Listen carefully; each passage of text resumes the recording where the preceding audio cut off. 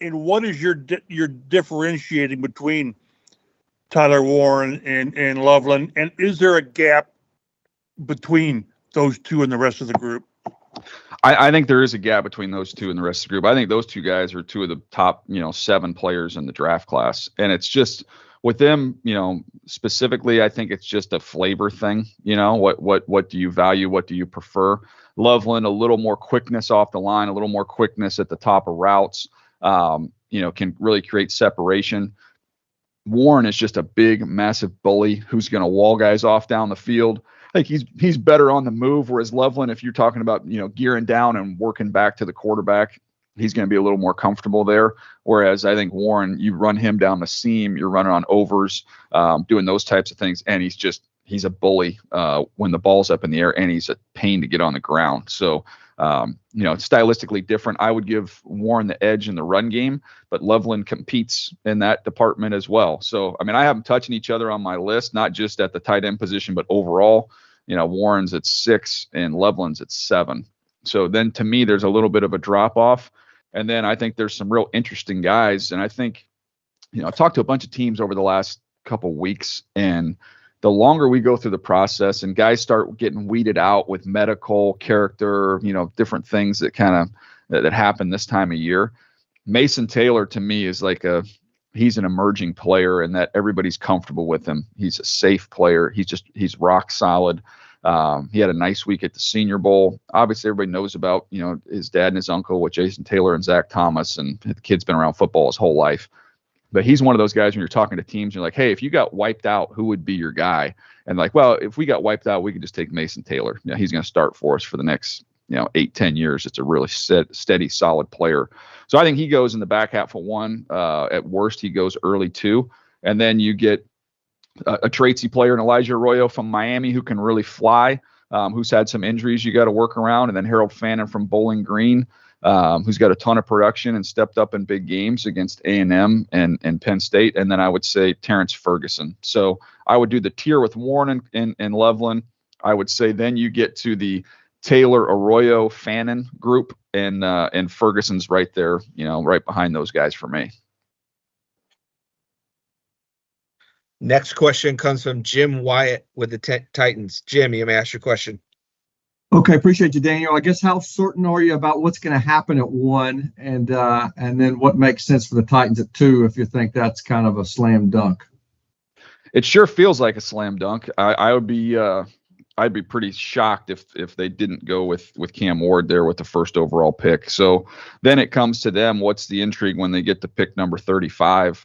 I think there's a lot of different directions they could look to go there. Usually when you invest in a young quarterback, there's a commitment to try and really support him and help him on that side of the ball. You could look at the wide receiver position there at pick number 35. I look at, a guy like Higgins from Iowa State would be a fun player to drop into that mix to give him a nice weapon to play with. So, I know they have other areas they could go potentially on the defensive side of the ball, but man, when you invest that first overall pick, you want that pick to make you look smart. It tends to lead you to staying on that side of the ball once you get to the next round. Next question comes from Dan Wiederer with the Chicago Tribune. Dan, you may ask your question. Hey, DJ, always appreciate the insight. Kind of a multi-layered question here. Knowing how the top 100 of this draft sets up, how do you kind of characterize the opportunity the Bears have next week to mix and match those top 75 picks, 4 of them, and create kind of a gift basket that they feel good with? And then I guess along with that, which position would you feel most hesitant to wait on for day 2? Ooh, that's a good one. They are in a fantastic position when you're picking 10, 39, 41, 72. They get 4 instant impact players with the way this draft shakes out. So, I'm as excited for them. We did a thing the other day on teams that have the most opportunity in this draft, and they'd be near the top of the list. In terms of positions that you probably don't want to wait on, if you're dead set on getting an offensive tackle and you want to get your long-term left tackle, you're going to want to do that with your first pick. I just don't love the possibilities of you seeing someone that's going to be an upgrade over what you have once you get into the second round of this particular draft. So that would be kind of the thought process there. If it's close with some of these other players, I could see them leaning in that direction and just checking the tackle off the list. There are backs, there are tight ends. There's a good bit of depth there. They want to reinforce the defensive line, get an edge rusher. To me, like a sweet spot for them, pick 39 for an edge rusher. If they, that's a great area to find that guy. So I think they can premier shop. If you want to take one of those top 2 tight ends, I think they're more than worth going up there. Ashton Genty falls in your lap, run the card up there. They're in a great spot where they can kind of, they don't have to be aggressive with the first pick. Somebody's going to go to them there that they're going to love and is going to start for them day one and be an impact. I'm almost more excited to see what happens with their next picks because that's going to be a fun combination of players they put together. Again, to kind of reiterate what I was saying about the Titans, these teams with young quarterbacks, yeah, we can look at the defensive side of the ball and you can find holes, but at the end of next year, if Caleb Williams has taken a massive leap with Ben Johnson, I think Bears fans would be feeling pretty darn good about the direction. So that's why if it's close, I look towards that side of the ball. Next question comes from Ben Volen with the Boston Globe. Ben, you may ask your question. Dan, what's up, man? Thanks for doing this today. Hey, no problem, buddy. Have you gotten any sense that the Giants are not going to take Abdul Carter at number 3? And then just where do you see the Patriots going at 4? If not Will Campbell, is there like a pass rusher or someone you think they might target there? Yeah, I would say I feel, I feel pretty confident that they would take Abdul Carter. I've heard nothing that would sway me away from that.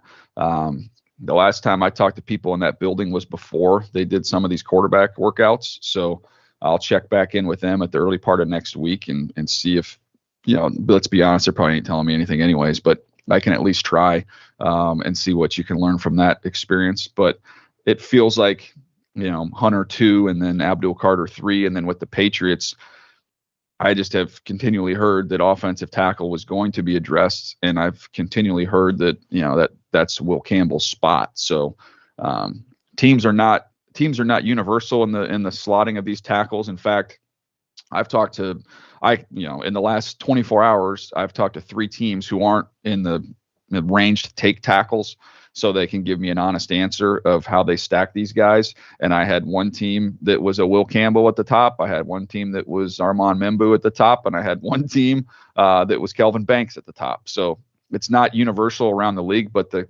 feeling in talking to folks is that Will Campbell is really well liked inside that building in New England. Thank you. Next question comes from John Glennon in Nashville. John, you may ask your question. Daniel, thanks for the time. Question for you in regard to the Titans and maybe wide receiver. I know you mentioned Higgins earlier. Who are some of the guys, wide receivers, that might be available at 35? And how much of a drop-off do you think there is at wide receiver sort of around that area? And then maybe last, just Luther Burden. I wonder if you could talk about the production decline this year and maybe what the reasons are there. Yeah, it's interesting you say that because that was the first name I was going to tick off. I mentioned Higgins the last time this came up, and to me, I have Luther Burden just ahead of him. So Luther Burden, I think there's a real chance he could be there at that point in time. The production did dip, and due, somewhat to the quarterback play that was a little bit up and down. The offense just wasn't, what it had been previously. I didn't see any decline in his skills. As a player, he reminded me a lot of Steph Diggs, coming out of Maryland. And Stephon Diggs was just so quick at, just getting away from people, separating from people. And then with the ball in his hands, could make some things happen. He's outstanding, one of the best run after catch receivers in this draft, if not the best run after catch receivers in this draft. So I think that would make a lot of sense. I think that'd be a value pick for them there. And somebody who, with Cam Ward, 2 things: let them grow together, which I love, and also get a chance to, give him some easy completions and pile up some yards after the catch. So that one I would think would be an outstanding value find if you were to be there at that point. Next question comes from Chase Goodbread. Chase, you may ask your question. Hey, Daniel, hope you're doing well. Just want to ask you a little bit about Jalen Milroe at Alabama.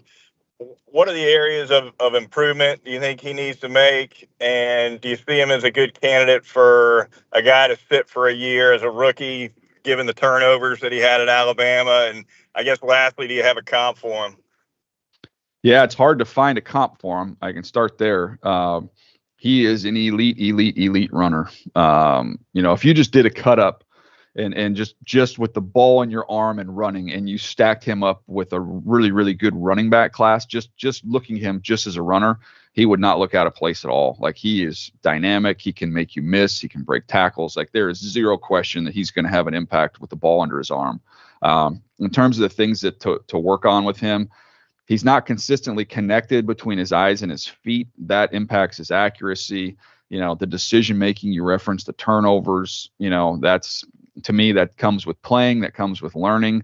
Being in a little different system this year, that didn't go quite as smoothly as you would have hoped.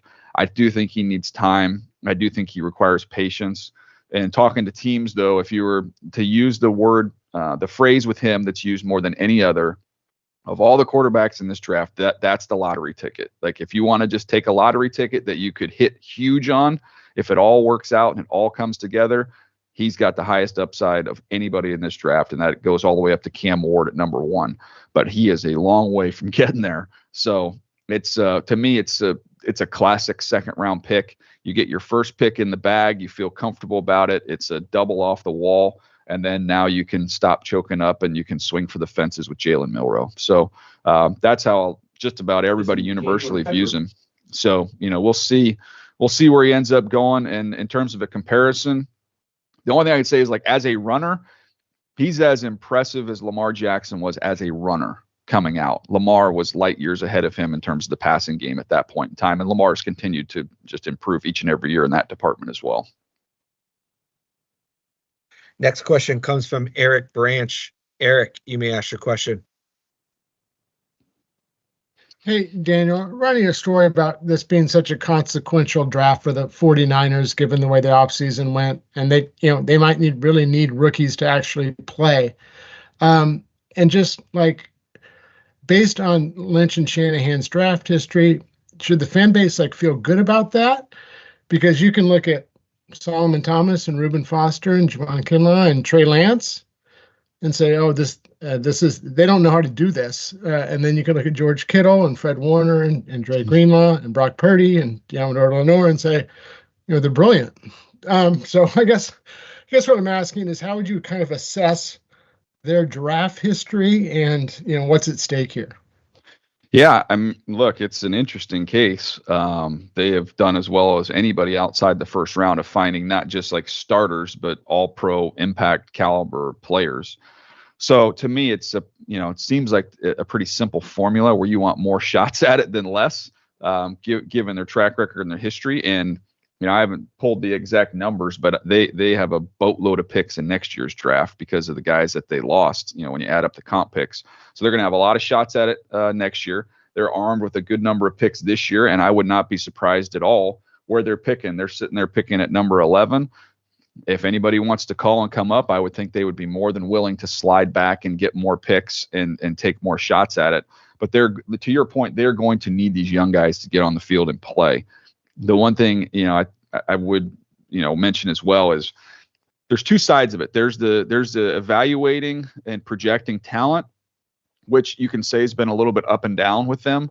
But the other side of it is developing them once they get there. And I think they're outstanding at doing that. And to me, having Robert Saleh back there is going to be big for him to work with some of the young guys they'll bring in on the defensive side of the ball to get them prepared and ready to go. But yeah, the history or the future of their organization, I'm sure they'll end up getting the Brock Purdy thing done here before too long. And then it's going to come down to the importance of them hitting on their draft picks, just as the Rams have done inside their own division, where they've been stellar and really kind of flip their roster from old to young really, really fast. Next question comes from Ray Fittipaldo in Pittsburgh. Ray, you may ask your question. Daniel, when teams look back and self-evaluate their drafts, 3 to 5 years later, what are some of the benchmarks that they're hoping to hit? What constitutes a good draft? Yeah, I always use it, as the number of starters you can pull from a draft.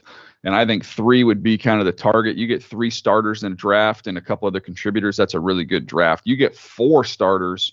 That's outstanding. To me, that's kind of that's a little bit of the benchmark. We used to always look at guys who were still in the league. We would do studies on that. So, guys you took in the 6th, 7th round, maybe, where your roster is, they didn't, they weren't able to stick, but you evaluated the talent correctly, that those guys have, made it on other teams and they found a way to survive in the NFL for a while. That's usually a pretty good sign that you're doing the right process and you're doing it the right way. Next question comes from Robert McManaman. Robert, you may ask your question. DJ, know me better as Bob, I'm sure. Thanks for doing this.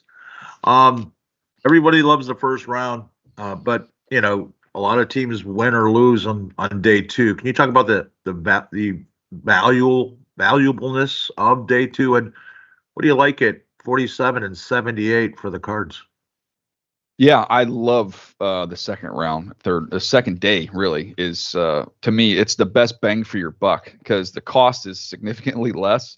And I don't know that the odds are that much worse in terms of finding guys that can start for you and can have an impact. So it's literally a value. And it's in a draft like this, I would love to be, maintaining a lot of shots there in the 2nd and 3rd round. I think you're going to find steady guys. I don't know there's that much difference in those numbers to what you're looking at there in the teens in this year's draft. So if we're looking at the Cardinals and they're picking 47 and 78, I don't think you're going to find a tackle to your suiting there that you're going to love. I do think you could find an interior offensive lineman that's a good player. Sabanaya from Arizona at 47. He might go a little bit before that, but that's a possibility. Kind of in that range would give you an interior offensive lineman. If you wanted to go with an edge rusher to throw in the mix at pick number 78, I think you've got a lot of interesting options at that point in time. You got Swenson from LSU. He could go a little bit before then, but he's around that range. Look at a guy like Jordan Birch, who's kind of polarizing out of Oregon. I think Oladejo from UCLA. There's some interesting edge guys there if you want to find one of those in the 3rd round. So I wouldn't mind them going in the trenches and finding an offensive lineman in round 2 and then go see if you can find one of these edge rushers where there's some depth there in round number 3.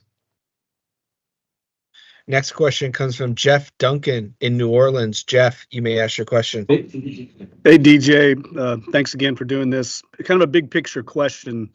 Jeff Ireland and his staff down here kind of polarizing right now with the fans. And I'm trying to get a gauge on how they've done over the years. And one thing that stands out, they had a lot of early success in 16 and 17.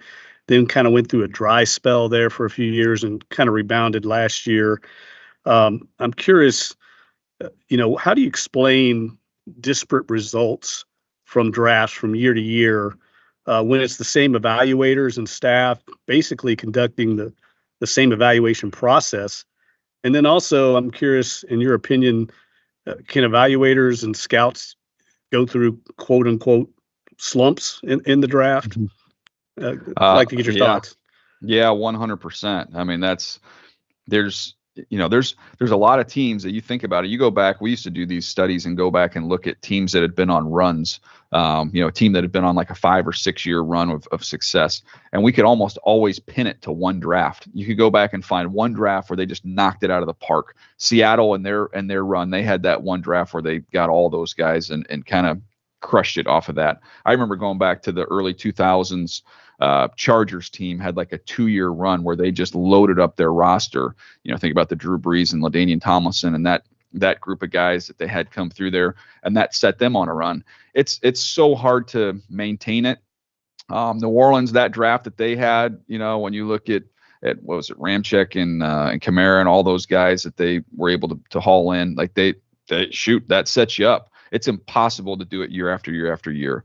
The Ravens are probably, one of the best at it. They've been pretty consistent. They've also had a lot. I think they've had the most comp picks of anybody. So they've had more picks. So you get more cracks at it. So it's so hard to do this consistently. It's inexact. So yeah, I think that's natural that you're going to have some ups and downs. I would also say when you have an elite Hall of Fame quarterback, it makes a lot of those picks, play above their level as well. And they've been navigating waters without that the last couple of years. Thanks. Next question comes from Daryl Ledbetter in Atlanta. D, you may ask your question. Yeah, DJ, thanks for doing this. It's my annual question on pass rusher. Pass rusher, yeah. I figured Abdul Carter and Jalen Walker are gone. What does it look like after that? And then how do they square Green and Pierce's off the field issues? Yeah, I mean, they've got to do their homework on those guys and get comfortable with it. I don't get all the information that these teams get.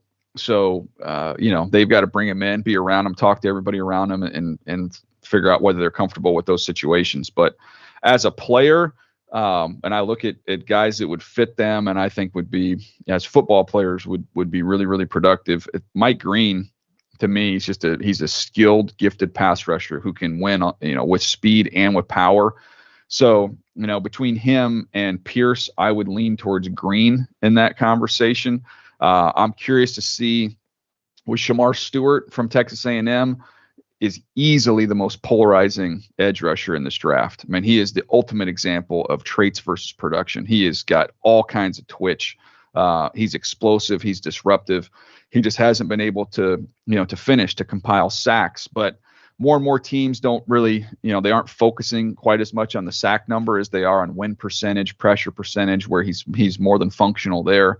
He plays really, really hard.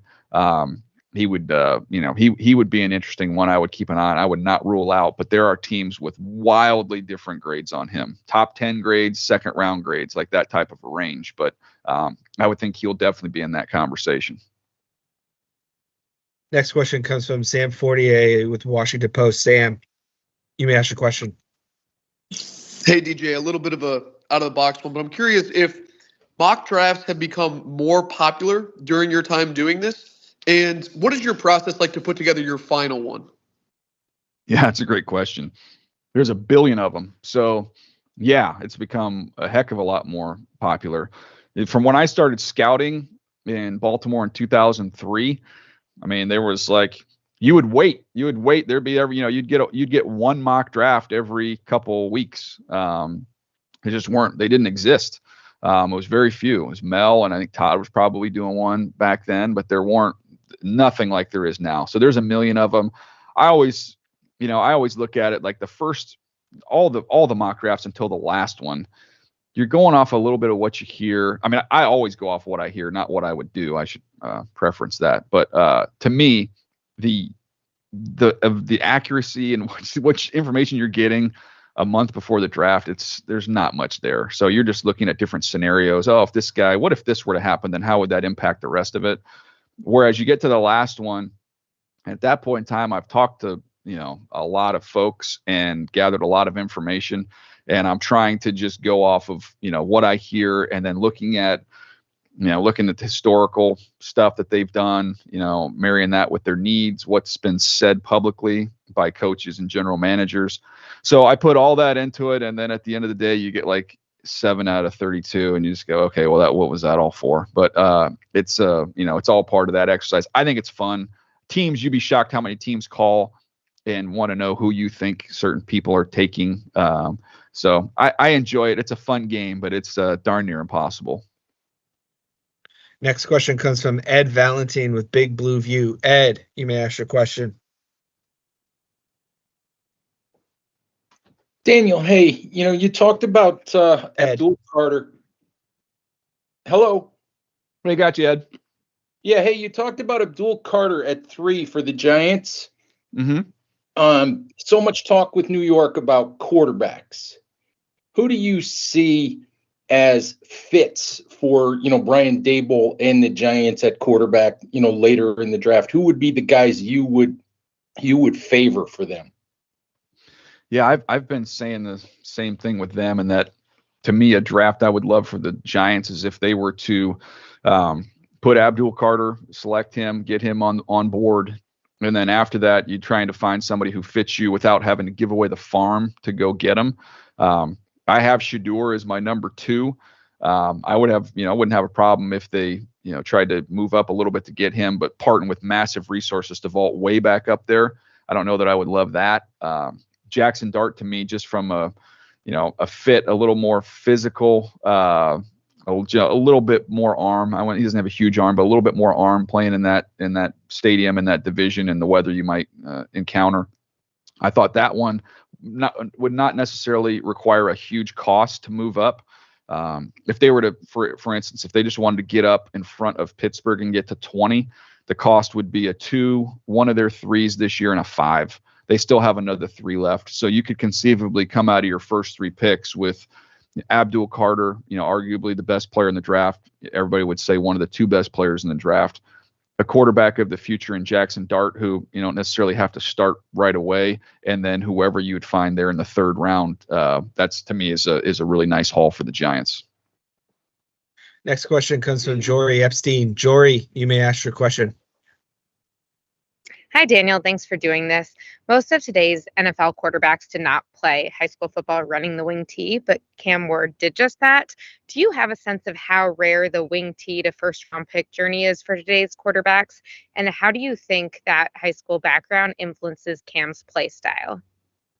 Oh, that's a great question. I'd have to go back, but I want to say Josh Allen did a little bit of that in high school as well. I think he ran the ball quite a bit. So I've heard of it before, of other guys who've been stuck in it. Used to happen a lot more in the past. It's a different era now, and everybody's in 7-on-7. Everybody's spreading people out and throwing it in high school. So it's definitely happened in the past. But I do think it does inform some of your toughness. I always like it when you get quarterbacks that maybe didn't go to the powerhouse high school and they got to play both sides of the ball. Maybe they're playing safety, or, some of them are big enough where even playing linebacker. But yeah, you're more comfortable with contact. He's someone that when I go through and watch his tape, one of the things I loved most about him was his ability to pull through tackles. Like, you get guys that'll get free runs at him, and he's able to just kind of shrug them off and pull through tackles. For a guy who's not 6'5", 240 pounds, he's really, really strong. So, yeah, I think that's it's a great point. When you play in that type of an offense, you're going to be a little bit more rough and tumble, a little more rugged, and there's absolutely no fear in what he's doing out there. Next question comes from Parker Gabriel with the Denver Post. Parker, you may ask your question. Hey, DJ, appreciate your work. Sean Payton and George Payton have talked a lot about the different types of running backs in this class, and have sort of talked about looking for a guy that can play on 3rd down and, manage all 3 downs. For you, whether it's at 20, 51, or in your trade back scenario, a little bit in between, who's a guy, if it's not Genty or Hampton, who do you like there? Or maybe it just is as simple as Omarion Hampton. Yeah, Omarion Hampton can do all those things. To me, Travion Henderson would be a heck of a weapon. And we've seen Sean with running backs like that. To me, I think he would be a fun one. The other one who I would look at for them, and kind of that, I want to say Sproles-ish role, but someone who would just be a nightmare out of the backfield if they want to throw the ball to the backs, which he loves to do. Jaden Blue from Texas, big time speed, and he is an excellent route runner. Bashad Smith is another one. That's 2 guys that are basically receivers that you line up at running back, and you can get them out in the route, you split them out, and they're a nightmare. Like, you can watch Jaden Blue just on angle routes. He just tears people up, and he's got big time home run speed. So those guys would be kind of like the committee fits. But if you're looking for the guys just, 1st through 3rd down, don't come off the field, can do everything. To me, I would look at Hampton, and I would look at Travion Henderson as probably being the captains of that team. Next question comes from Stuart Jackson with the Rams. Stuart, you may ask your question. Hey, DJ, appreciate your time this morning. Wanted to ask you about the Rams' options at pick 26. Seems like they, left the door open to really any possibility with the way they approached free agency. Just what do you make of that slot now, and how might they approach it given the way that they, went about free agency? Yeah, to me, I look at the corners as being an option for them there. That one would make some sense. I wouldn't sleep on, a guy like Mason Taylor. If that was someone that they really loved and were comfortable with, they could go that route as a tight end. Trey Amos to me is a guy that just for some reason struck me as a Les Snead type of player. He's just so consistent and so solid, can do a lot of different things. They've bought, I would say what the Rams have done, they've got a lot of guys who are just ready-made, like just polished, good football players, not getting enamored or carried away with other things, and just kind of focused, laser focused on getting guys that when you watch them on grass with pads on are really, really good, not getting too carried away or enamored with everything else. And to me, those are two guys in Trey Amos and Mason Taylor, who I feel like I know 100% who they are and what they're all about. Appreciate it. Thank you. Yep. Next question comes from Q Myers in Las Vegas. Q, you may ask your question. DJ, thanks for your time, man. All roads have led to Ashton Jeanty being the Raiders pick at number 6. One, what's the chances that he might get selected before they get that opportunity? And how much do you think that Pete Carroll and even Tom Brady in particular may be intrigued by Shedeur if he happens to slide to 6 as well? Yeah, that's a good one. I would think with Geno that he's got a little more runway there, and knowing the affinity that Pete has for him. So I think both things can be true. I think they could like Shedeur, but then also, feel like that's not the right time to already make that move. So to me, I would have said a month ago, Ashton Jeanty will be there and he'd be a great option for him. As we come down the home stretch, and maybe I'm reading too much into this, but when I listen to the guys in Jacksonville talk and you listen to the head coach and the general manager discuss what they're looking for in a player, and they talk about a statement pick and the first pick of their new regime there, and valuing the things that they're valuing in terms of the character, the competitiveness, all those things. I'm like, golly, that sounds like two players to me. That sounds like Ashton Jeanty and that sounds like Jalen Walker.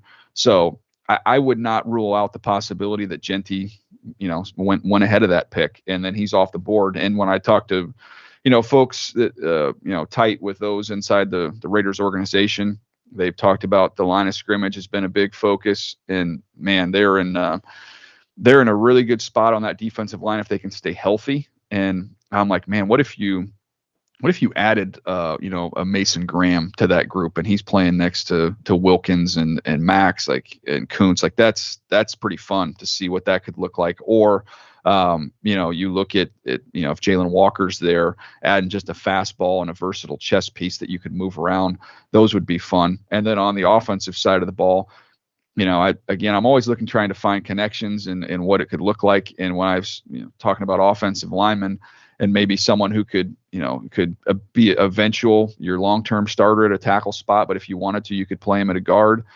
Kelvin Banks, it's not hard to draw the line between Pete Carroll, Steve Sarkisian, and Kelvin Banks. So that's another one I just kind of was thinking about. Next question comes from Antoine Staley. Antoine, you may ask your question. Hey, DJ, the Jets need tight end help. They also need right tackle help. If you could just kind of analyze just the debate there at 7, and if the Jets were to take a tight end at 7, just some of the options at right tackle later on day 2. Yeah, I think you're gonna be in a good spot there to get somebody that comes right in and makes an impact and starts.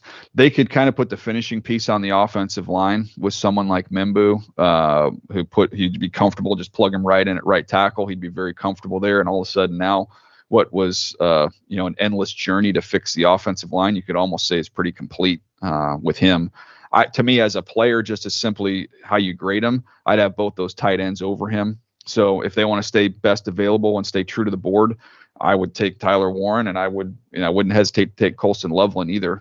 I think both those guys are worthy of being selected there. If they did go with a tight end there and took the highest available player, you start looking at the tackles once you get to, the next round. So let me see, where were they picking here? And they are picking 42. Man, it's going to be, I don't think you're going to love the tackle options that are going to be there at that point in time at pick 42. I think Simmons is gone. I think Connerly's gone. So now you start getting into, like Ozzie Trapillo is maybe a starting right tackle. It's probably a little bit early for him. Emory Jones is a possibility from LSU.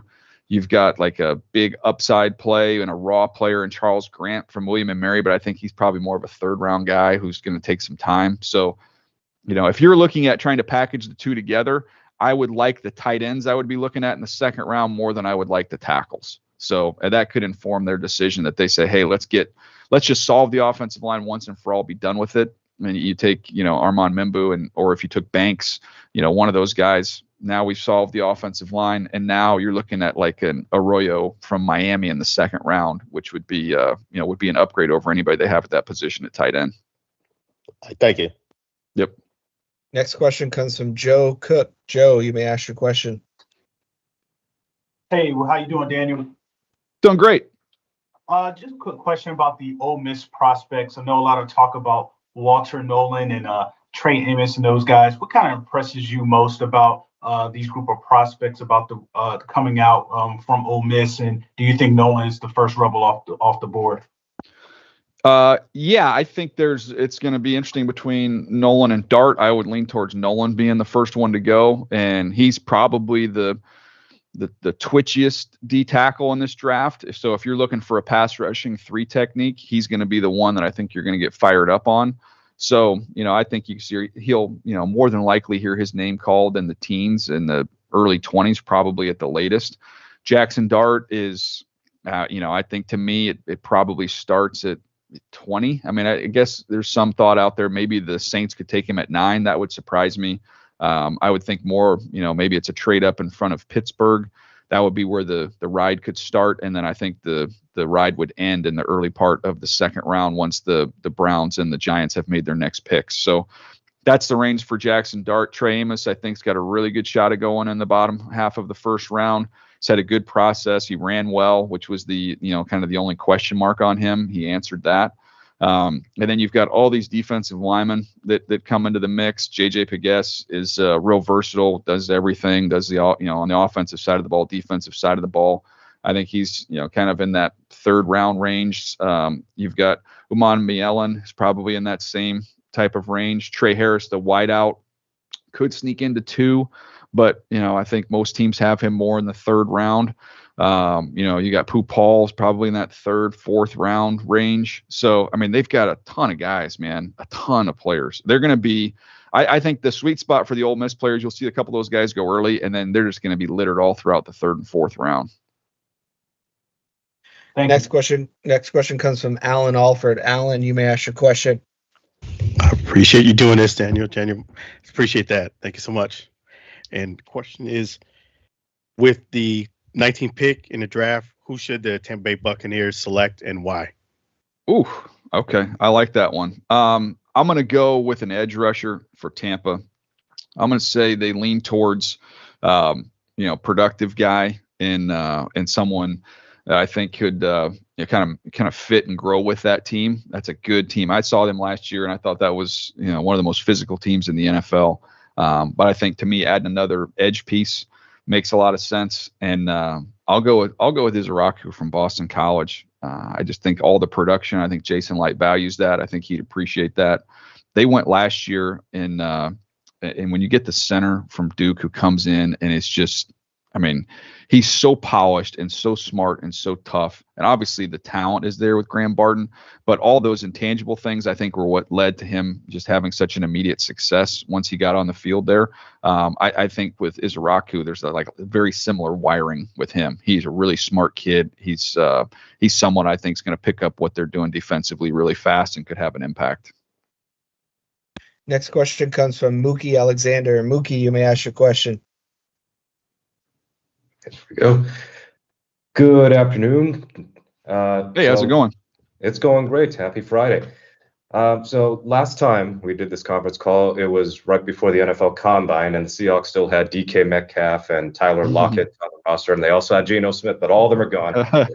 Roster, and the Seahawks have since signed Sam Darnold in free agency, and then from the wide receiver standpoint, they've signed Cooper Kupp and Marquez Valdez-Scantling in free agency. So my question to you is, Seattle's only receivers under contract through 2026 are Kupp and Jackson Smith and Jigba. So are there any receivers from this class, particularly ones in that day 1 to day 2 projected range, who stand out to you as potential fits and draft targets for Seattle's offense? Or alternatively, could you see Seattle making a play for a major receiving tight end like Colston Loveland, or going for, say, Arroyo or Taylor? Yeah, I mean, with where they're picking, if one of those tight ends, one of those top 2 tight ends were to get there, I think I would have a hard time passing on them just for the value that they represent. But, to me, if I was saying building out this team, where would you feel that they need to go? To me, interior offensive line early would be more of a focus. If I'm just looking at it and I want to feel comfortable, I look at a couple guys. Gray Zabel, if he was there, I think would be a great fit. Not only can he, come in and start right away, he's going to allow you to get your best 5 guys on the field because of his versatility. So you get injuries throughout a season, I think that would be a valuable chess piece for him. I would be more inclined, if you're going to look at a receiver for them, when you're looking at 50 and 52, that would probably be more the range I'd be looking to address that room. And I think there'll be good value there with some really solid options. Jack Besh, the people have compared him to Cooper Kupp, because of just the toughness and all that. I think that's, the competitive side of that comparison. I get someone who could play over the top as well and go get the ball. I think he would be a fun one to add to their mix. I'm looking more for guys that are going to play on the outside. So Jack Besh would be one. Torrey Horton from Colorado State would be another one who can get down the field and is a home run hitter who also has some big time punt return value. Just you got to go back to 23 to watch him. He just wasn't healthy at all this year. And Kyle Williams from Washington State, that would not be a long drive, and that would be a big impact. He's a really, really good player. So I'm kind of, it's fun. This is why I love doing this call, because you start thinking about teams outside of the first round and who could, match their needs. And I think the Seattle receiver need marries up really well with where they're located in the second round. Thank you. Nick, next question comes from Nick Kosmeter with The Athletic. Nick, you may ask your question. Hi, DJ. Thanks for your time. I think earlier you laid out a scenario in which the if the Giants wanted to get to 20 where Denver is, 34, 65, and then their 5th rounder as well. Do you see the Browns as a potential for that same sort of move?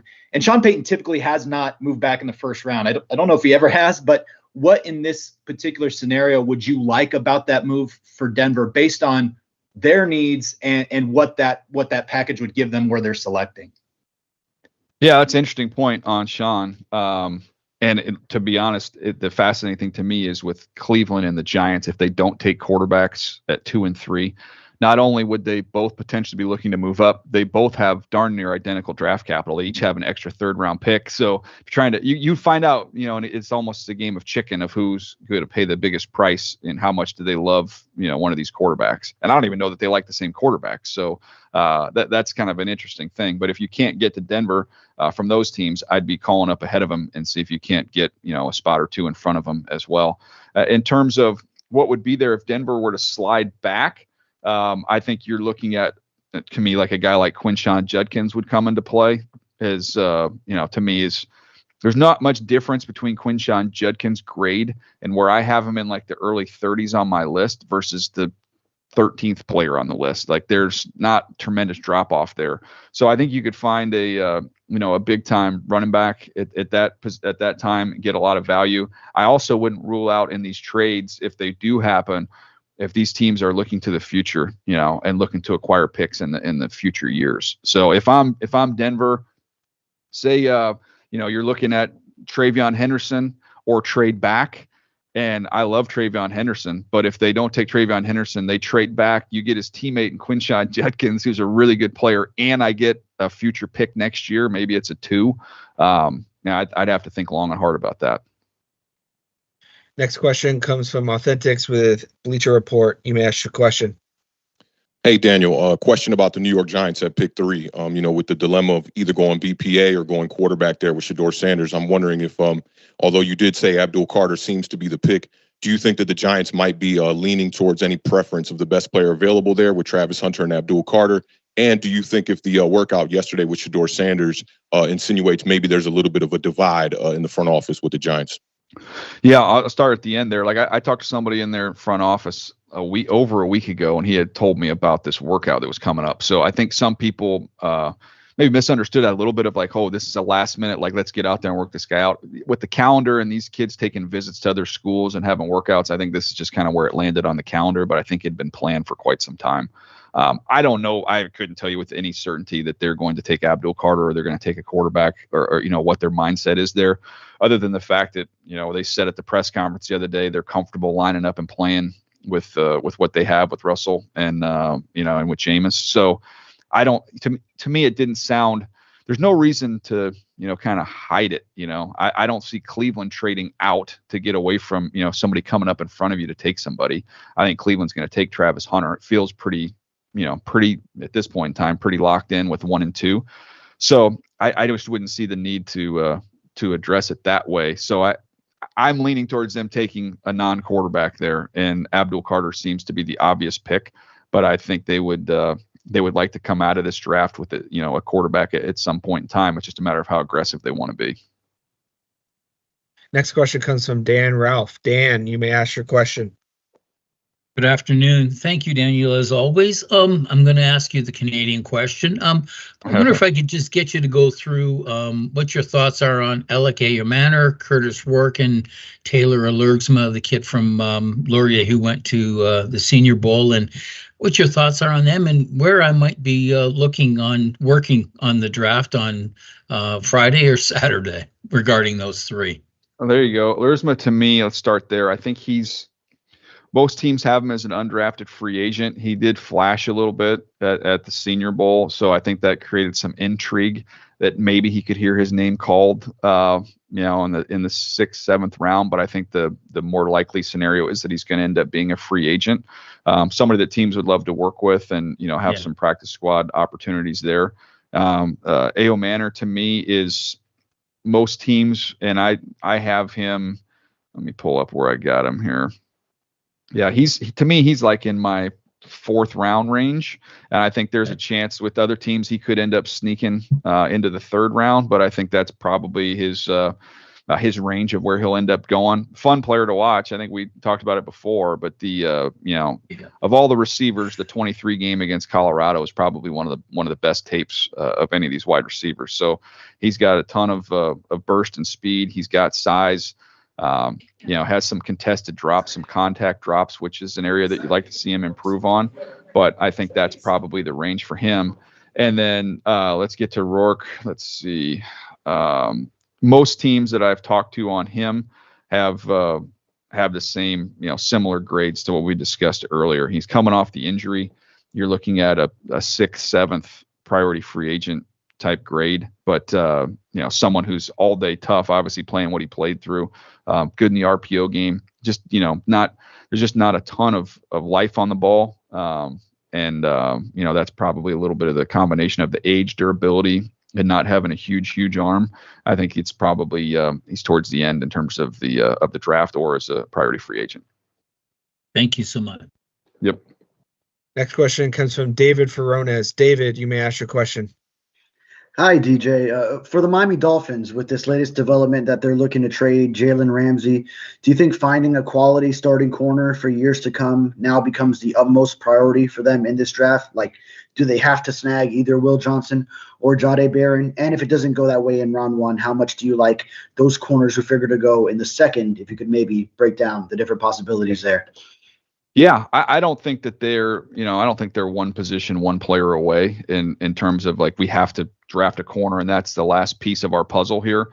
I think they can be a little bit more best player available, with where they're looking at that point in time. This, it'd be curious to see how they would have the corners versus the safeties stacked, because there's 2 really, really good safeties in this draft. So that could be an area that they look. Is it Emanwari? Is it Malachi Starks? How do those guys stack up? And Will Johnson's got a wide range. He could be gone. He could slide into the early 20s. So if he's there, how do they view him as a fit?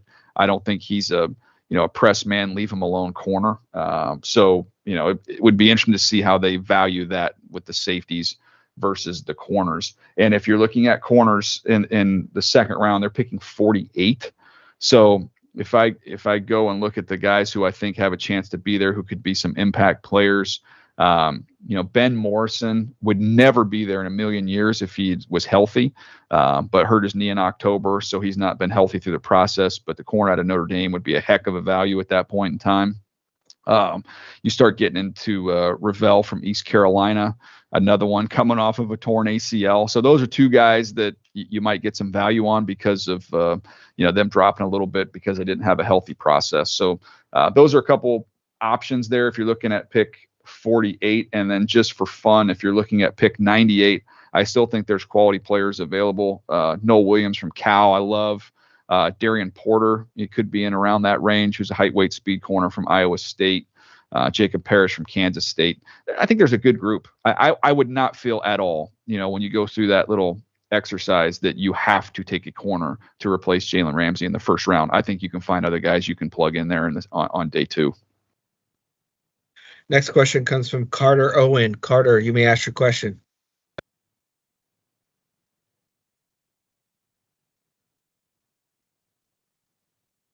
Carter? All right, we'll move on to the next. Next question comes from Jimmy Kempsey. Jimmy, you may ask your question. Hey, Daniel. Excuse me. What's your perception about how much teams value the 5th-year option? You mentioned, teams like the Giants, Browns, others potentially moving up from round 2 into round 1 for a quarterback. What do you think the likelihood is of, that, and then, for some of the second-tier quarterbacks in this class? And if you're one of the playoff teams at the back of round 1, should you expect to be paid a premium to give up that 5th-year option? It's an interesting way of looking at it. Yeah, I've never thought of it from that standpoint of having to pay a premium. But it's a good point. It makes sense. I try and reverse engineer it when you talk to agents, and none of them want to go with the 31st or 32nd pick. So that's usually a sign that there's a pretty good advantage in the 5th-year option in terms of the team side. So yeah, with a quarterback specifically, just wanting some cost control there, I think it makes a lot of sense. And if you had to pay, I don't think you're paying a steep premium, but if that goes from, one of the secondary picks being a 5th-round pick instead of a 6th-round pick, I think you could probably pull that off if you're one of the teams in the 30s of asking for that because of the value of the extra year. So, I don't know that at other positions it's quite as important. But I think the quarterback numbers have just gotten so astronomical that if you're able to actually hit on the guy, that extra year is pretty important. So, I think that's fair. I've never thought about the premium side of it. That's a great point. Yeah, if I was Howie Roseman, I might ask for a little bit extra sugar on top. Next question comes from Jonas Schaefer with Baltimore. Jonas, you may ask your question. Hey, DJ, thanks for doing this. Following up on the question that you got about mock drafts earlier, with all the information that's out there, some of it good, some of it bad, how much does that kind of factor into how teams make their big boards, where they decide to actually take certain guys relative to where maybe they have them on their own board? And I guess what kind of separates the good process from bad process in that whole consideration? Yeah, that's to me, I always tell people during this time of the year, I wake up, I have coffee, I field 3 phone calls and try and decipher the 9 lies I was just told. So there's so much information. I think the main goal of teams, when I talk to general managers, it's not, they kind of want to know, where you think ranges of where players are going. They're not going to adjust how they rank their own players. But what happens is everybody has a different board. So if you're picking 25 and your 8th player might not be, they want to know what the rest of the league thinks of their guys. So if you're kind of going through everybody and their 8th player is not, is not loved around the league, and there's, everybody thinks he's a 2nd-round player or what have you, then they're more patient to wait and see if they could get their 8th ranked player at pick number 25. But once they start realizing, man, the rest of the league has very similar feel on our players, we don't want to get wiped out. I've been on teams where we've picked it, like, say we've picked 22 and we've taken our, 9th best player at 22. I've been on teams where we picked in that same range, like say the same number 22, and we've got our 21st player. We just got wiped out completely. So you're just trying to find out, man, if there's a chance we could get our 8th player at 14 or 15, like, okay, we'll go get him. Like, who are you willing to travel for? And that's a meeting that teams have at the end of the process. You got your entire staff in there, and the teams I was on, we would go through and say, okay, here's our list of players, guys. We have them all stacked up. They're ranked. Who are the guys you guys would be willing to be aggressive on? Like, who do we have complete conviction in? And if he got in range, like, let's do it. Let's go get him. That's what that is. So they're not adjusting their ranking. They're just trying to figure out if there's a chance they could get one of their premier players and move up. Next question comes from Andrew Mason. Andrew, you may ask your question. Hey, DJ, thanks for doing this. Following up on the Broncos and Omarion Hampton from earlier, given where that team is, playoff team, young quarterback, good defense, is Hampton that much better a fit to where he's worth them considering a trade up? Or with the running back class, is it better to let the board fall as it may because of the depth and quality available this year?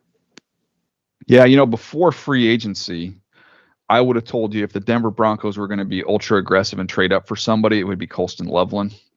He just is a great fit for what Sean Payton does and just seemed like an obvious one.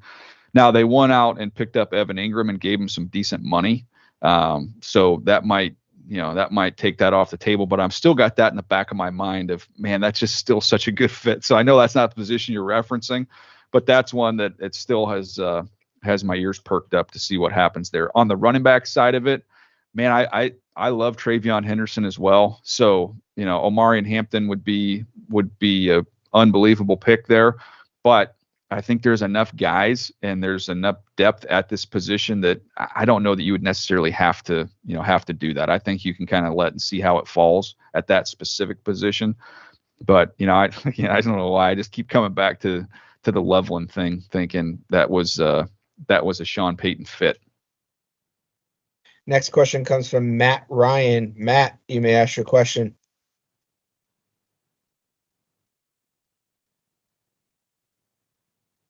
Matt Ryan, you may ask your question. We'll move on. Next question comes from John McMullen. John, you may ask your question.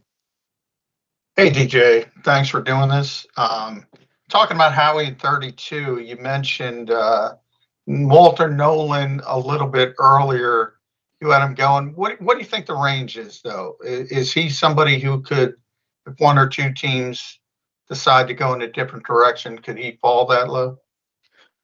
I would say it's unlikely that he falls that low. He's just too explosive in a passing league. I can't see him getting there, but if you'd asked me if Nolan Smith was going to get there, I would have said no. If you'd asked me if Cooper DeJean was going to be there in the second round, I would have said no. So look, you always prepare for it and you always be pleasantly surprised of who falls. But I would not anticipate that he would drop that far. I think he could end up going, and if he went in the top 15, I wouldn't be shocked. So yeah, that one would surprise me if he made it all the way down there. In terms of the Eagles and where they could look, I just imagine in Howie's office that you just gather the offensive staff and the defensive staff, and they're just lobbying for which offensive or defensive lineman they would love to have at that point in time. And I would also say, with where they are as a team and their roster, and you go through and look at it, they're in pretty good shape. They have a ton of picks. I think they have 12 picks next year. So they could be a team. We're always looking at teams looking to move back. They could be a team that, say it's him, say it's Walter Nolan is there. Maybe that's, someone they would be aggressive to move up. I wouldn't sleep on, Shamar Stewart is an explosive player that they could use and fit, that if he starts to drop, they could go up and get him. I think there's a lot of teams this draft that would like to go in reverse, and the Eagles might be one of the few teams that would really be willing to put their foot on the gas and go get somebody. Next question comes from Jaisha Nance in Alabama. Jaisha, you may ask your question. Yes, I wanted to ask about Malachi Moore from Alabama. What kind of player do you view him as, and what round do you think he will go in? And do you have like a certain team that would be a great fit for him? Yeah, I mean, he's a good football player. He doesn't have, elite size or anything like that, but he can cover in the slot. He can play in the middle of the field. He flashes some range there in the back half. To me, the question is just how much pure makeup speed does he have? For me, the range that I have him in is kind of in that 4th, 5th round range. It's there's a good bit of safeties in that kind of clump in there, but that's about the range where I see him coming off of the board. And in terms of teams, to me, I view him more as like a 3rd safety, 3rd or 4th safety who's going to be a part of your sub packages and play on special teams and try and earn his way up the depth chart. So I mean, every team could use someone like him, but that's 4th, 5th round is about the range where I specifically have him. Next question comes from Blaine Grishak. Blaine, you may ask your question. Hey DJ, thanks for doing this. Just kind of looking at the the mid-round tight ends. How do teams kind of feel about Harold Fannin Jr. and are they as divided as kind of media is on his athleticism and his movement skills? And then kind of what separates him? How much of the gap is there between him and a guy like Mason Taylor there? Yeah, there's teams that have Fannin over Taylor, so he's a tight end darling. There's always it's kind of like a running joke in among scouts. We always laugh about it because these position coaches go to work out players. So if you're the tight end coaches, will all kind of hop around and all go to the pro days of the top tight ends, and they're around each other a lot. And we would always joke that it's like the poster child for groupthink, where everybody kind of gets together and they all kind of have their guys that they like and then the guys that they don't like. But the consensus was Harold Fannin was the coaching favorite this year for all the tight end coaches, that they all really, really liked him. And I like him too. He's a really good player. I think he's going to go in the 2nd round when it's all said and done. Maybe the middle to the back portion of the 2nd round. When you go up against Penn State and do what he did, and then you show against Texas A&M when you're running away from everybody, it looks a little different watching him run. It's kind of he ran 4.71, so he didn't like blow it out, but he's faster than you think, and he just has a knack for getting open, separating, and it's kind of a different looking kind of a waddle that he uses as a runner, but he covers ground and he can make people miss, and he's just excellent with the ball in his hands. So to me, I think he's at the worst case scenario top of 3, but I think he's got a good shot at going in the middle to back portion of 2. Next question comes from Mark Weiser. Mark, you may ask your question. Hey, Daniel, you made a comment at the Combine about when you commit to Georgia, you get an invite to the Combine. So I want to take it to the draft now. What do you make of the number of players that have been selected the last several years from Georgia? What is it about a player under Kirby Smart and his staff that has them ready for the next level that may be specific to what they do in that program? I think it's the practice. Honestly, I do. I just think you're seeing great players every single day in practice. And if you're not competing and focused and getting better every day, there's 10 guys behind you that are going to take your job. So that creates some urgency there.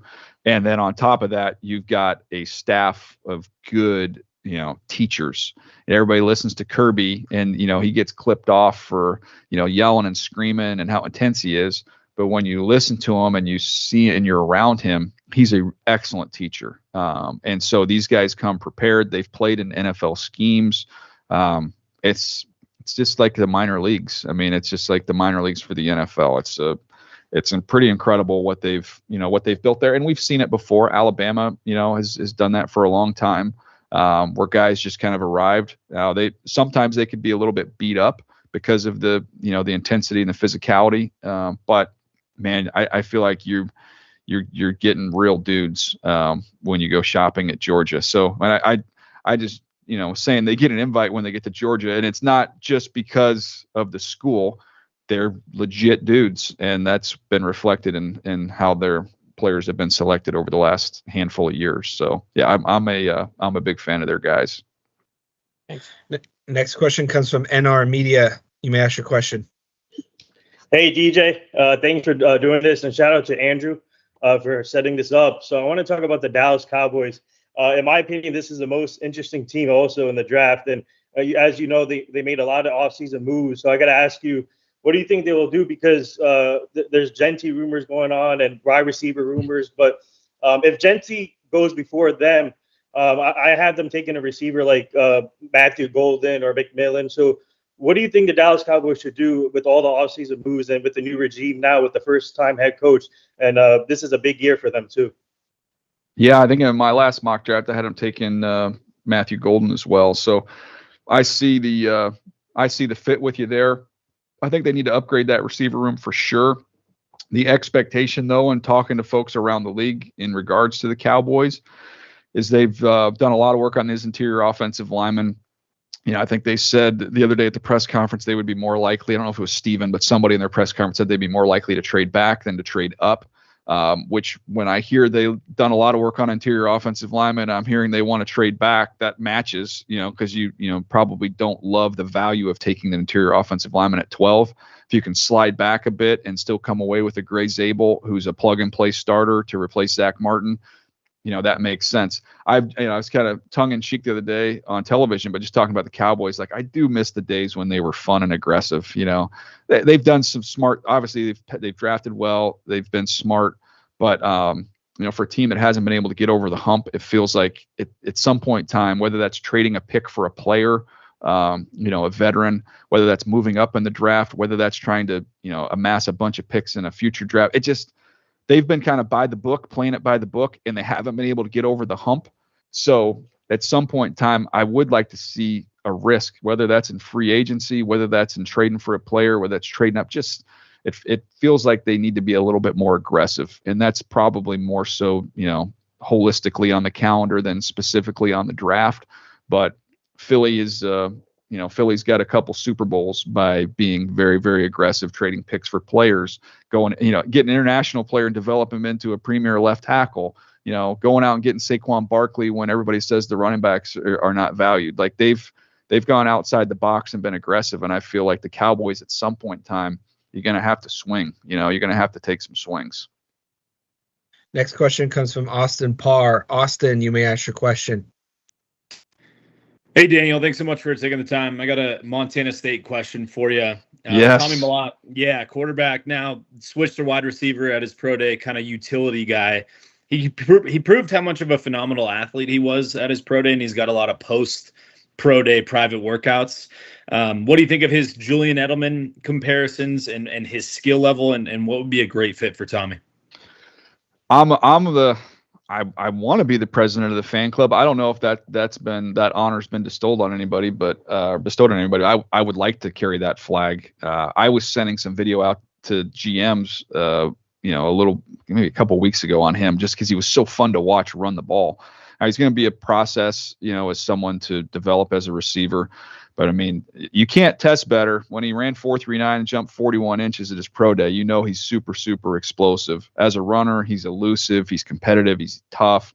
To me, I think his immediate impact might just be as a returner, as you're trying to buy some time for him to develop as a receiver project.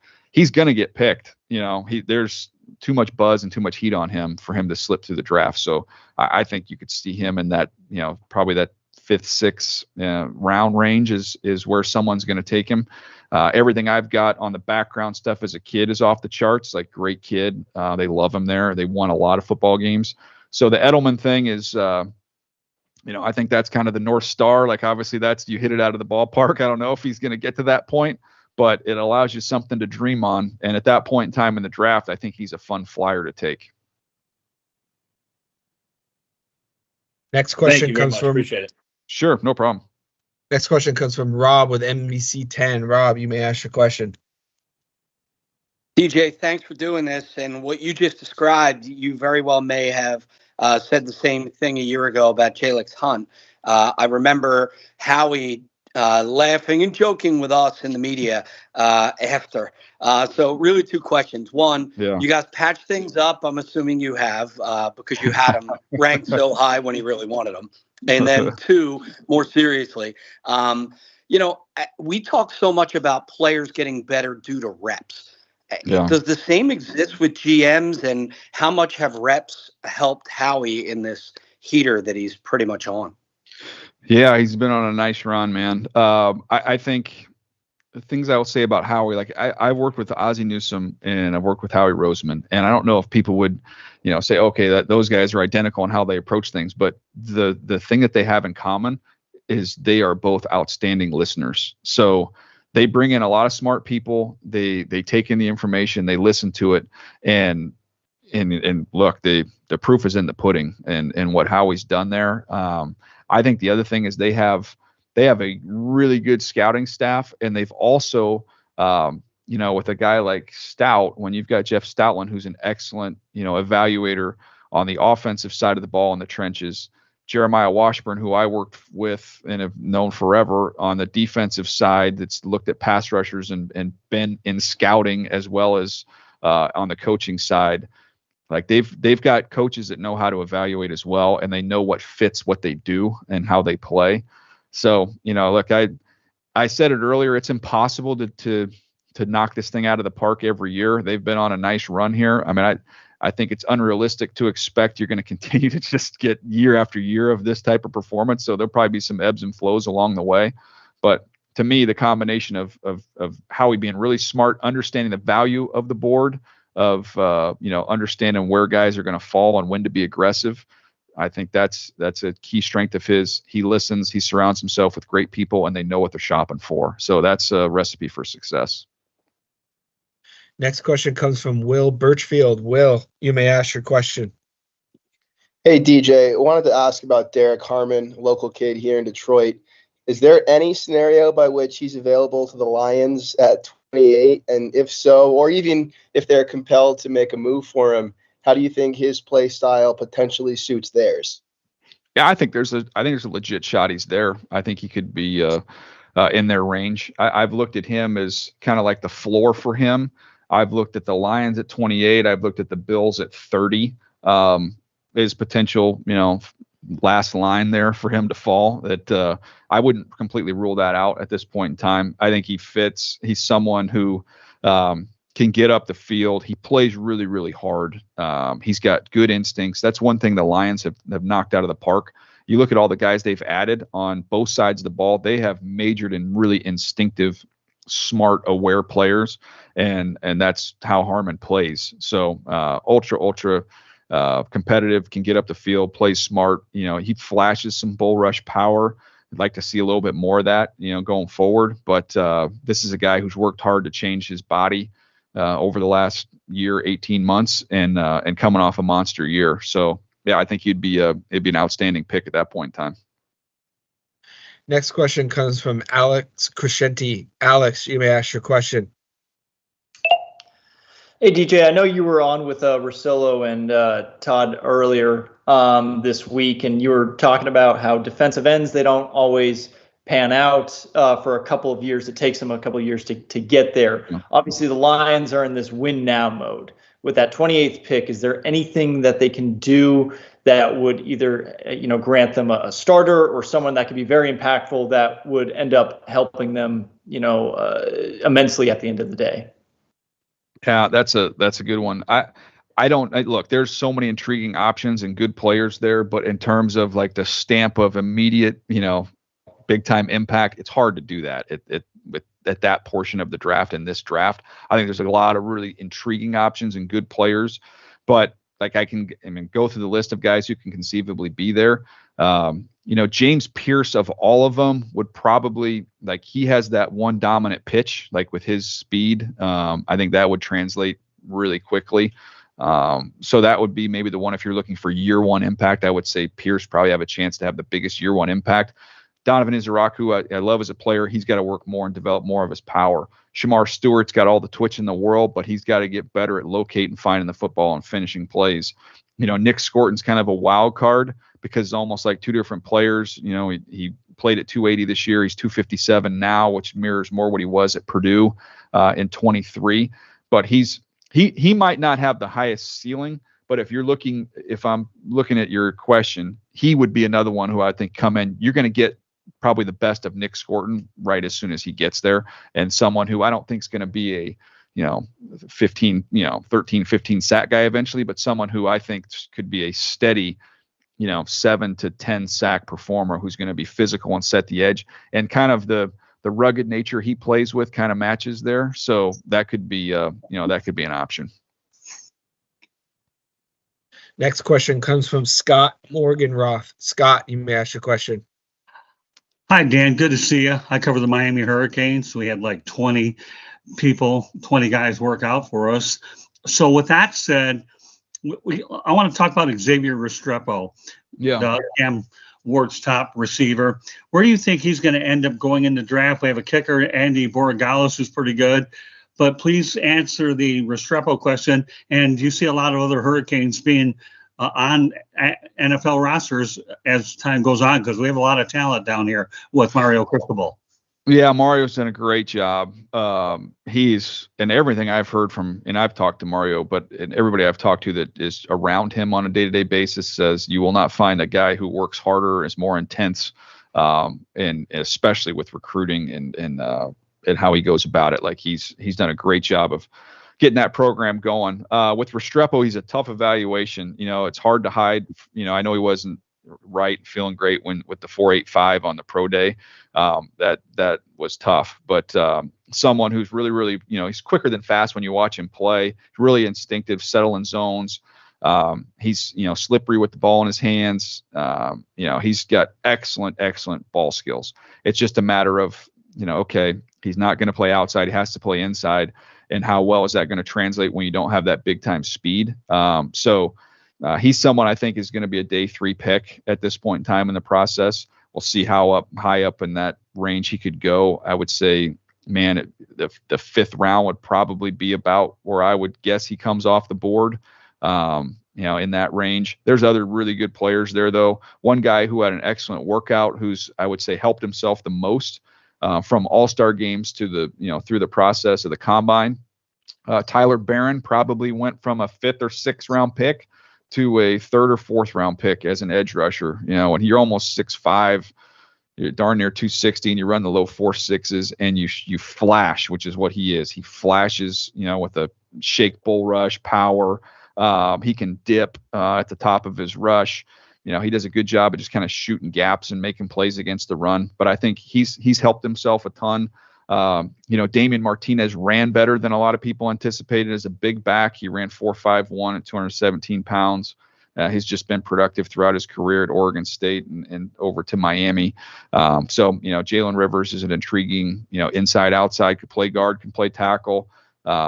You know, he's just a massive human being. So he's going to be a mid-round pick. And there's a bunch of other ones. So they've done a good job. They've got a bunch of guys who are going to hear their name called. And it sounds like that's, you know, it's kind of just the beginning there. And, you know, anytime you have the 1st overall pick in a draft, which we assume they will, and Elijah Arroyo is going to go in the top 50 picks, I can imagine the social media account will have that blasted out to all their recruits in a quick manner. Next question comes from Benjamin Rodriguez. Benjamin, you may ask your question.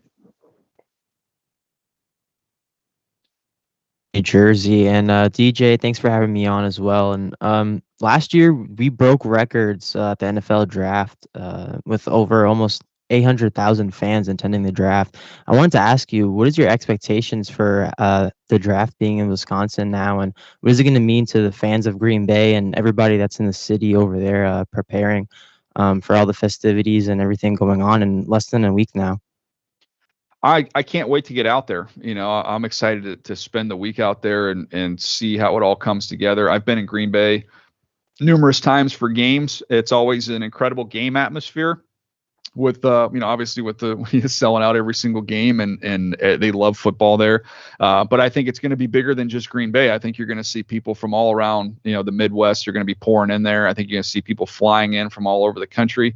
So to have Lambeau Field as the backdrop there, and to kind of fill up the streets and it's such a cool environment when you go there. For those that haven't been there, I mean, it feels like you're in the middle of a neighborhood and they just dropped the stadium down in there. It's really cool. So I'm fascinated to see how it all looks and how it all comes together. But it's going to be football weather, a little brisk, which I kind of like. And you know, it's my favorite week of the year. It's Christmas on draft day, and every city has knocked it out of the park. Detroit set the bar really high with what they did last year. And I know Green Bay and Detroit, they're competitive. So we'll see what Green Bay does here to see if they can top it. Next question comes from Christian Boer. Christian, you may ask your question. Hey, DJ, thanks so much for doing this. With the Lions, do you see them as potentially being players to trade up from that 28th overall spot?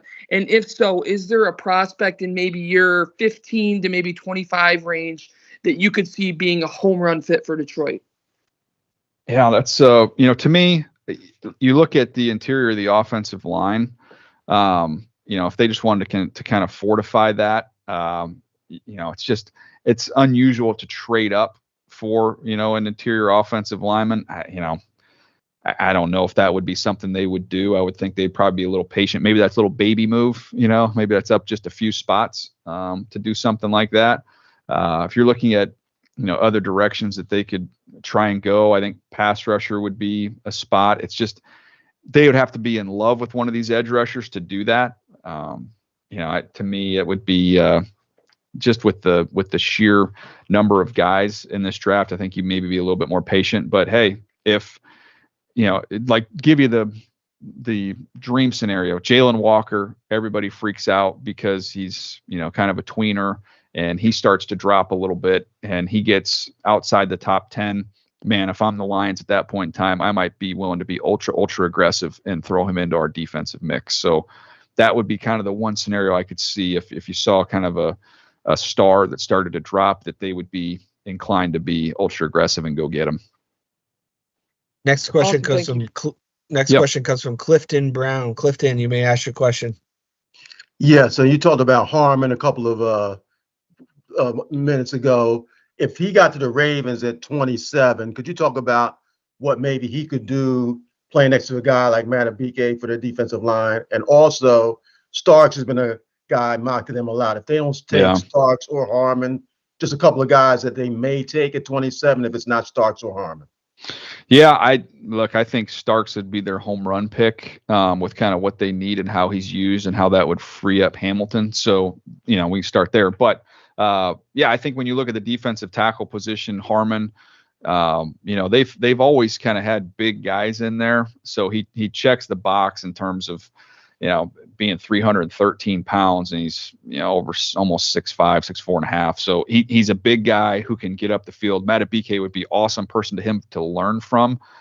Just as a pass rusher, Matabike is so outstanding. That would be a cool thing to take a guy like Harmon under your wing, who has some of the, has some great tools, but isn't quite as polished as a rusher, is obviously what Matabike has become. So that would be a good learning opportunity for him there. I like that option. In terms of other players outside of that group, I look at Max Hairston from Kentucky as a corner.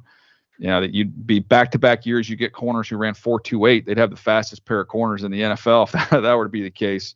But SEC tested. He's fluid and fast. He makes plays on the ball. He was awesome in 23 with 5 picks. If that was his year this year, he's going to be a top 15 pick.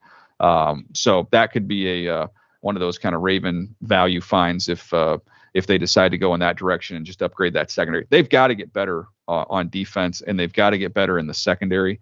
So if you give me the two names you gave me, if Harmon was there and Starks were there, I would think they would end up going Starks just to try and clean up some stuff on the back end. Next question comes from Anthony Cosenza. Anthony, you may ask your question. Hey, Daniel, greatly appreciate the insight and knowledge today. Appreciate your time. A couple of players or some things from a Bengals perspective. Number one, Jihad Campbell, where you kind of see him going, given some of the stuff going on and potential fit with the Bengals there. And then maybe some day 2 safeties that you think would be good fits for the Bengals as they try and rebuild that defense. Yeah, to me, it's all defensive draft. I mean, you have to go on that side of the ball heavy. And, I'd be shocked if they don't do that. Jihad Campbell, I love. I know he's really physically beat up, coming into the process. So you got to have your medical group be comfortable there that he's going to be fine. And once we get to the season, but to me, he's dynamic. He's versatile, off the ball, on the ball, big time speed. He, for a team that's going to be playing against Baltimore and trying to climb that mountain every year, I think he matches up well with them. When you think about somebody who could It can come downhill and get Derrick Henry on the ground. You could spy him against Lamar, and he can close down and kind of suck him up on the perimeter. And then if you want to, you can let him rush off the edge. So he can do a lot of different things. I think he would be a heck of a pick there if he were to get to pick number 17. In terms of safeties on day 2, a couple interesting guys. Kevin Winston from Penn State, I like. I think there's value because he missed time with only playing 2 games this year. But you get a nice package of height, weight, speed. He's aggressive. He's good versus the run. You go back to the 23 tape. I think there's a lot to like about him. So that would be one. One of my personal favorites is I have him kind of in that 3rd round range. Maybe teams maybe more so in that 4-5 range, but I'm a Craig Woodson guy from Cal. So I love him. I think he's a day 1 starter. He's 6 foot, 200 pounds, ran 4.45. He's smart. He's a great leader. He's a little bit older. He's played a ton of football though. Smooth mover. He's an excellent tackler, and he gets his hands on the football. So, and Cal's also been a sneaky safety factory. So that's one that I kind of like down a little bit below that tier. And then Makuba from Texas is another good one who takes the ball away. Not the biggest guy in the world, but really, really good ball skills and takes it away. Awesome. Thank you. Yep. Next question comes from Casey Kinnaman. Casey, you may ask your question. Hey, DJ. It feels like all the momentum is pointing towards the Browns selecting Travis Hunter with the 2nd overall selection. What do you believe the Browns' plan for Hunter should be to maximize his skill set and the impact he's going to be able to make as a rookie? I would start offense. I'm kind of saying that through this process. It's different. First of all, we haven't seen something like this, who's someone who wants to do everything on both sides. I don't think I would do that initially. I think you have to major and minor. And, historically, if you have a player that has value there, he's been a full-time defensive player with a package of plays on offense. That's just been that's the way it's always been. We haven't really seen it the other way around, with the exception of maybe Troy Brown on a couple snaps for the Patriots. But to me, I think he's more valuable to your team on offense right now. I think he's further developed on offense. I think he touches the ball more. He just makes more of an impact. So I'm going to have him as a full-time starter at receiver, and we'll start there for a while, and then we can start maybe incorporating him into some defensive, packages if that's your dime, your nickel, whatever. But giving him, an opportunity to get on the field, make some plays on some 3rd downs defensively.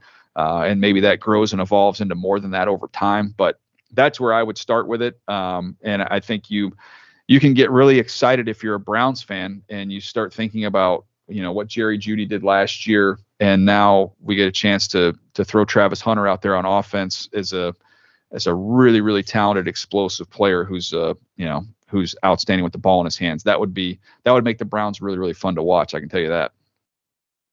Next question comes from question comes from Jim Alexander. Jim, you may ask your question. Hey, DJ. This might be a silly question, but it's a draft philosophy sort of question. In a given year, there's nearly 300 players that could be drafted, 30 NFL front offices, and all these sort of scouts throughout the year. How does the league come up with a consensus of like these are the top 20 players versus individual scouts thinking maybe a guy that's ranked in a 3rd round, like we feel this guy's the best player in the draft? Why don't we ever see these sort of reaches, quote unquote, and these players are always sort of basically by the league sort of grouped in as these are the top 1st round picks versus these shots by teams taking guys that might not be ranked in the first couple rounds thinking that they might be the best actual players? And we've seen undrafted guys become Hall of Famers too. So yeah, no, I look, I think there's natural, it's just natural. If you're making that selection, you have a lot of love for a player who doesn't have any love around the league. And you sit there and go, well, we have him valued here, but if we take him when the league does not value him there and his reputation does not put him there, and we miss, we're the bumbling idiots. We took the guy that everybody said wasn't any good and we stepped outside the box, and you'll get crucified. Whereas you take the guy who's universally valued there around the league and publicly, and you miss on him, and you don't get quite as much grief. You say, well, it just didn't work out, but man, we all thought he was going to be good and it didn't work out. So I think some of it is the fear of the reaction, and it's just human nature. You kind of understand that, but there's there's some times where you have a guy who's higher on your board and you say, gosh, guys, I know we love him in our room, but I don't think he's loved like this everywhere else. So we're not taking him in the 3rd round. We're going to take this other player who won't be there when we pick again in the 4th round, knowing that the guy that we have higher, we're the Lone Ranger on. And I've been in rooms where we've done that, and that guy has still been there. We've taken him in the 4th round, and we bring the guys in, and one's introduced as your 3rd round pick, one's introduced as your 4th round pick. And the irony is we had the 4th round pick with a higher grade than the 3rd round pick. So some of it is just trying to find value on the board and knowing what the consensus is. But I also think, especially in regards to the 1st round, outside the box, when they don't work out, it's not a good look, and it doesn't end well. Thank you for that. Yep. Next question comes from Joe Clark. Joe, you may ask your question. Hey, DJ, thanks for doing this. Pittsburgh at 21 obviously could be a landing spot for a quarterback. They have a big need along the defensive line. So how would you kind of evaluate taking a swing on a quarterback if it meant passing on someone like Derek Harmon or Kenneth Grant if they were still on the board? It's just going to come down to, how comfortable they are. Do they have, is there kind of some PTSD from, going the Kenny Pickett route in this range of the draft and it not working out? I would just say, if you have conviction on one of those quarterbacks, if Shedeur Sanders got down there, if you have a lot of love in the building for Jackson Dart, whatever it is, if you have conviction, then take the quarterback. If it's at all close, you have a screaming need there long term. So if you have similar grades, you would definitely, the tie would go to the quarterback if you have some conviction. So that's something I don't know. I don't know how those guys are viewed within that building, and I don't know how much trauma is left from the Kenny Pickett mistake. So that's the quarterback side of it. I do think when you look at those defensive tackles, Kenneth Grant, they've been in that division. Mike Tomlin's been in that division. He's had a Casey Hampton, a big, powerful guy. Obviously, Cam Hayward, big, powerful, athletic guy. You look, at Haloti Ngata, who he saw for years and years. It's hard to find guys like that. So Kenneth Grant to me kind of matches that division and could make some good sense for them there. I like Harmon, is a good player as well. So. That decision by Pittsburgh has got to come down to like or love. If you like the quarterbacks, don't do it there. If you love them, you have to do it there. So that's going to come down to their evaluation of those guys. Next question comes from Adam West. Adam, you may ask your question. Hey, DJ, thanks for doing this. As always, our friend Greg asked me to ask if I had a question for you further for your guys' quick fire round. But I told him I wanted to wait for it. The Saints at 9 feels like has now become one of the most interesting teams in the draft. And from what I've heard, they really are kind of similar to the question you just answered, are struggling with going BPA at 9 and kind of maybe taking Shedeur Sanders, who they don't have a first round grade on, but the need is there. You've been in these draft rooms. Can you maybe do like a little semi role play of like what both sides of that argument looks like, of like the people in the building that are arguing for BPA and the people in the building that may be arguing, to go the quarterback route? Because that's what it seems like is really. How are you? Is it's 305 498. Just eating them up right now in the draft room. Yeah. First of all, I think somebody's unmuted. There we go. Here's the conversation. It's pretty simple. It's on the pro side of taking the quarterback there. It's okay. We might not have huge grades on the quarterback, but he's better than anyone else we have on our roster at that position. He upgrades us. We have time. We're in a new regime here. We've got time to let this quarterback, if we think he can grow and develop and continue to get better, we can grow with him. So, that's the argument for taking one. The other side of it is, well, what are we going to do if we don't have big grades on him? Then we're going to be in this exact same situation 3 years from now when we come to the realization that, he is who we thought he was if we don't have him graded highly and we're looking to replace him. we're in year one. Again, same scenario, different logic. We're in year one. We don't have to do this right now. Let's get a sure thing. It's our first pick with this new setup here with Kellen Moore. Let's get a player that's going to help us and plug and play. We have big grades on. There's consensus on them, and we can take a flyer on one of these quarterbacks, later on in the draft, and take someone who, we like to work with and can be developmental, while also leaving open the option that we could go that route next year when we might like a quarterback better. So those are the types of conversations that take place in that room, and it's usually coaches, they want someone who can come in and help us right now. Personnel is thinking a little bit more long term. So I think that's where the battle comes. Thanks, Next question comes from Cody in Green Bay. Cody, you may ask your question.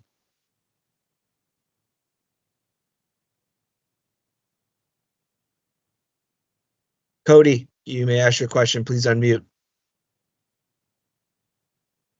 All right, we'll go to the next one. Next question comes from Amanda Godsey. Amanda, you may ask your question.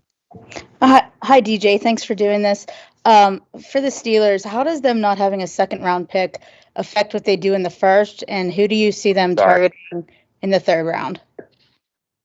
In terms of how it affects them, well, I mean, obviously they're not, there's a scenario you can look at it and say, well, if they say they love Shedeur Sanders and they were worried about New Orleans being an option, man, you're going to have to part with some heavy artillery in next year's draft because you don't have a 2 this year. So that's the first thing of how it could impact them. I think it limits their ability to move up.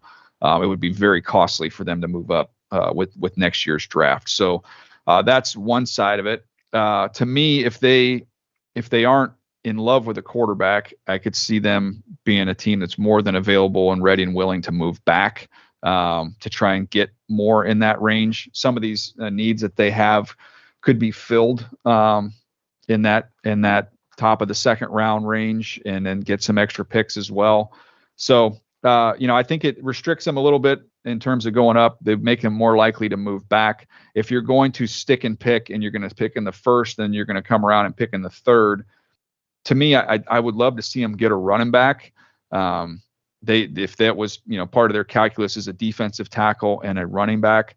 I actually think they're pretty covered either way. I think there's going to be guys at both positions in the third round.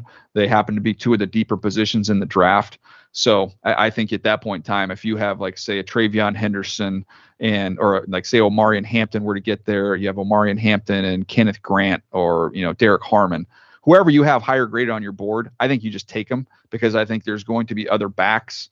You can get a Dylan Sampson in the third round out of Tennessee as a running back. You could get Tootin from Virginia Tech in the third round. Defensive tackle wise, there's going to be guys at that position as well in round number 3. So I think I don't think it impacts them. I think they can just take the highest rated player and they'll still have options in the third round that could come in and help them, like defensive tackle wise. You're looking at maybe it's a YA Black or to see what happens with Jamari Caldwell from Oregon. Those types of guys are going to be around. Thank you. Yep. We'll go back to Cody in Green Bay. Cody, you may ask your question. Yeah, I'm sorry about that. Since COVID, a little rusty on these. So, DJ, Green Bay, what would surprise you if that they would do a 23? I guess, obviously a lot of fans are going to be there, wanting to see a pick, whatever. But what would something that they could do that would be like, wow, that would throw you for a loop? Well, if they took a receiver in the first round, it sure as heck throw us for a loop, right? Because everybody's been asking that for so long. They've amassed a really good receiver room, but they've yet to really attack it there. So that would be one I think that would probably floor us on the set and floor the audience there, floor the crowd there. So that would be definitely ironic if after all these years we wait till the draft's in Green Bay and they went ahead and took a receiver in the first round. Would be pretty epic. If I can ask who you think, if I might have missed it, but who do you think they might? Just a rough idea on your end. Yeah, in terms of what they will do, I don't think they will do go the wide receiver route. If I'm looking at options for them, I think you can always look on the defensive side of the ball for corners. Max Hairston makes a lot of sense to me. in that spot. You can look at, edge rushers. You just look for the most athletic and explosive SEC edge rusher or SEC defensive front seven player. And that's one that's going to pique their interest a little bit. So Shamar Stewart doesn't have the production, but man, he would match all the explosive pieces that they've collected there over the last few years. Next question comes from Devin Jackson. Devin, you may ask your question. Hey, Daniel, thanks for doing this as always. For the Eagles at 32, would you think they'd be interested in taking a guy like Malachi Starks to replace C.J. Gardner-Johnson, who was traded to the Texans this offseason? I think he'd be a great fit. Obviously they love shopping at that store, and he's a really, really good player who I think there's better ahead of him. I don't think he made as many plays this year as he did previously, but he gives you someone who in a pinch can play your nickel. I think he could survive outside at corner if he had to get out of a game. And I think he could be an outstanding, free safety, play over the top, roam and make plays. He's young. He's really, really well liked in that building in terms of the leadership, character, and tangible side of things. So yeah, that's I think that would be from a value standpoint and a fit standpoint would be great. It's just that, I think the Eagles, given their druthers, would rather, they always like to start big. So to me, if it's closely graded and there's an opportunity for them to get somebody on the line of scrimmage, I would think they would lean in that direction. But, if they got wiped out and cleaned up on the offense and defensive line, man, he'd be a great fit. Next question comes from Jonathan Alexander. Jonathan, you may ask your question.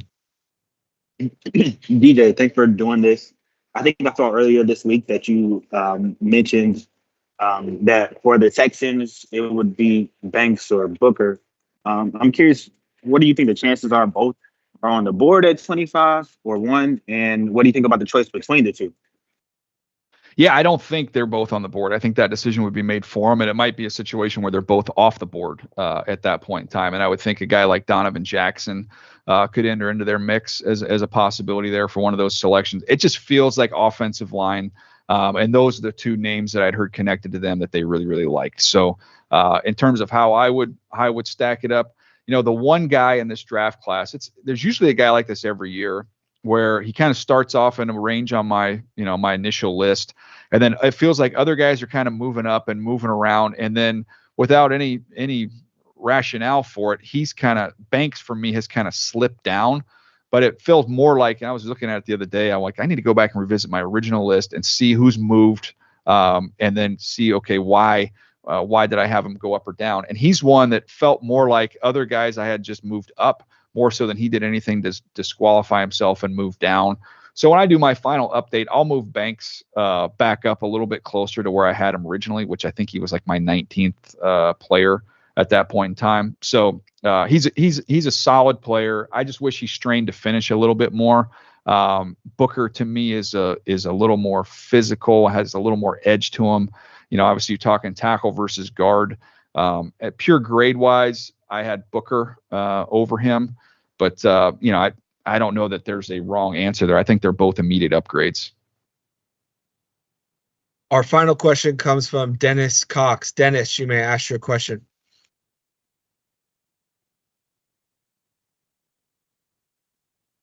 Dennis? All right, then that concludes today's call. Thank you, DJ, for the time, and thank you, media, for attending. You guys got me now? Oh, there you are. You guys. Okay, there we go. Yeah, sorry about that, guys. That's right. Real fast. Seeing Jalen Walker, a lot of connections with the Carolina Panthers at number 8. Why is he a good fit in Carolina? And if Jalen Walker's not the pick, who are some other options? Yeah, first of all, they're a team that a lot of people around the league expect is going to try and get out. There's a decent number of needs still left on that roster, and can't they parlay New Orleans need for a quarterback into scaring somebody to come up in front of New Orleans? I don't know if they can pull that off, but at least there's people around the league that think they're going to effort to do that in Carolina. So something interesting just to keep an eye on there with them. But to me, Walker, when you go into a defense that's dead last and points, yards, rushing yards per game, tied for 29th in sacks, 32nd pressure rate. He helps all those areas. He is an impactful player. You can move him around. He just would add a really explosive element to their defense. I would love to see how they could play him off of Derek Brown, and being able to, let him kind of shoot some gaps that are going to be vacated with all the attention that Derek Brown's going to require. So I think he'd be a fun fit there. Plus, just from like a leadership standpoint, a culture builder, he checks those boxes as well. So that's why I love his fit there. If he's off the board or they decided to go in a different direction, I think you're just trying to find impactful guys on the defensive side of the ball. And that's why I'm just looking at edge rushers, defensive tackles. You could look at corners. How do they feel about, the corners in this draft? I'm a Jahdae Barron guy. I love him. And I think he would be a nice athletic, explosive piece as well. So get faster on defense, get more dynamic. They need help everywhere. So that to me is where I would look. Appreciate it. Thanks. Yep. That officially concludes today's call. Thank you, DJ, for the time, and thank you, media, for attending. A recording and transcript of today's call will be made available later today. Please follow at NFL Media for updates. Thank you again, and I hope everyone has a great draft. Thanks, everybody. We'll see you later. Thank you.